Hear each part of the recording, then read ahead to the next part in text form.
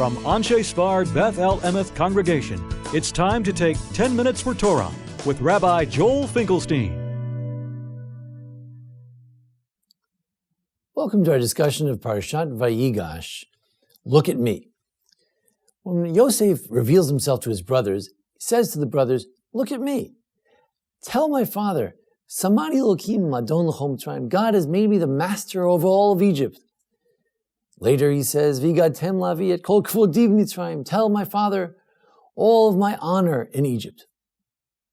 Many of the commentators are very bothered by this notion that Yosef is asking to be praised. The Tzror Hamor, Avraham Sivak, says that, he doesn't want to praise himself, so he asked them to do the praising. But then he says, this type of talk is not at all fitting for someone of stature such as Yosef. So what's going on here? How could he be praising himself? Is that what a Jew is proud of? That he has great physical achievements in this world? Shouldn't he be speaking in a more spiritual realm?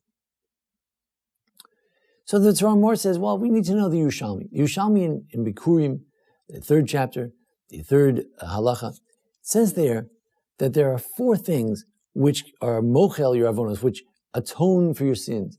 And they are chacham, chasan, nasi, and gedula.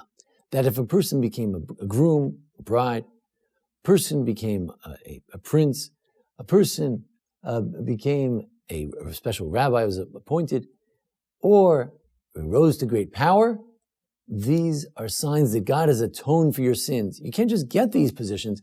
It requires atonement of sins. The Abarbanel says that, in fact, Yaakov was not interested in any of this. He says, Rav, od Yosef ben Ichai, enough with the nonsense about the great achievements of Yosef, the physical achievements, the worldly achievements. He's alive. That's all that's important. You say he's going to support me. That's not why I want to go see him. I'll support myself. I want to go see Yosef if he's alive. The Alshich, a rabbi who had roots in Greece, he says, it's not normal. Samani Elokim Adon L'chom Mitzrayim. I'm like the master of the whole country. Something strange here, something weird. And it must be the hand of God. So come down, not because I'm rich, I'm a big boy now. Come because it's a sign from God that this is where we belong. You need to come down here. Or maybe, says the Alshich, right before he says, look at me. What do you mean, look at me? Look at the Tzelem Elokim. Look at my image. It's not the image of a wicked man. I have maintained my righteousness here in Egypt. He's speaking from a spiritual realm as well. The Maaseh Hashem, the Rebbe Ezra Ashkenazi, says that, he says, you said that my dream, there might have some truth to it. So I'm telling you, my dream came true. I am indeed the master of many things. Pnei David, he says as follows. He says, you know that here when you see me, there's an element of Gilu Shechina from a mystical point of view. Perhaps just seeing Yosef, there was an element of seeing the divine presence. The divine presence is moving down to Egypt. That's where you need to be. That's where the action is. That's what you need to do. The Rashbam says, as usual, it's just a practical matter. He says, look, you think that, how can I come to Egypt? Who's going to receive me there? Can I afford it? Is this going to work out? So he says, look, from a practical point of view, I can provide for anything. There's no limitation on my power. I am the master of all. It's a practical matter. Similarly, the Malbim says, he says, it's a practical question. You're wondering, as your son, maybe I should go see you. Why am I sending messengers to bring you to me? He says, look, I'm kind of busy over here. I'm the head of all of Egypt, so I can't come. It would look like I was a traitor or something. I have to stay here in Egypt. I can't go anywhere else. However, there's another school of thought which takes this whole discussion in a different direction. The Mor of Hashemesh, of Cholonim Kalman Shapiro, he says, If there's honor here, it must be because the Shekhinah has blessed me, the divine presence has blessed me. The Igrid Akala, the Bnei Yissaschar, Tzvi Melech of Dinov, he says, I have ruled over Egypt. What does that mean? What is Egypt? Egypt is corruption. Egypt is Maaseh Eretz Mitzrayim, is immorality. Egypt is the wife of Potiphar. I am the master over it.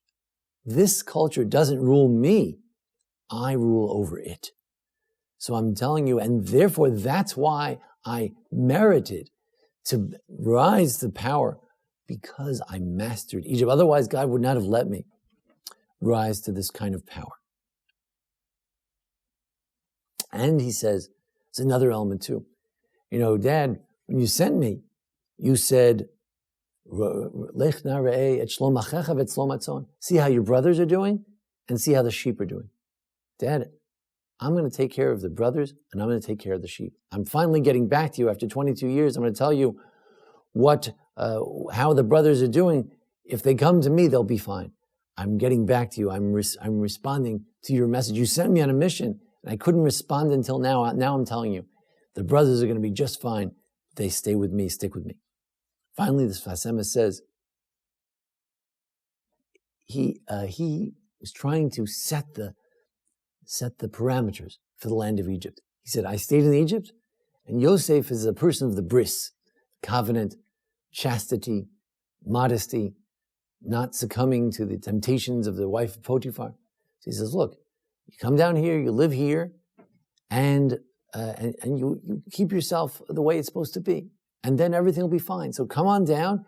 You can bring the brothers. They won't be corrupted. And look, I'm living here. I'm supposed to be a slave, but instead I'm the master. There's no problem. Come on down. Don't be afraid of this slavery that was prophesied. But what happened? The brothers came.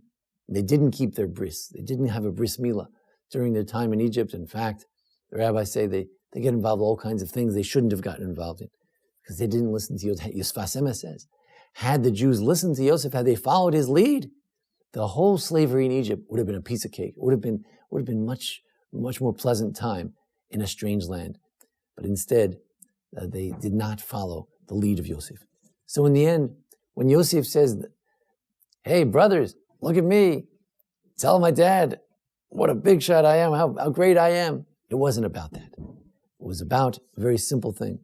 And that is that even in a foreign culture, we can master it. We can decide what elements of that culture we want to accept and which way we reject.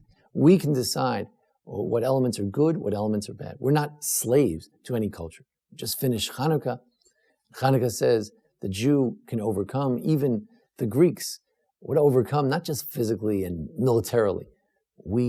Culturally, we have a superior culture to any other culture.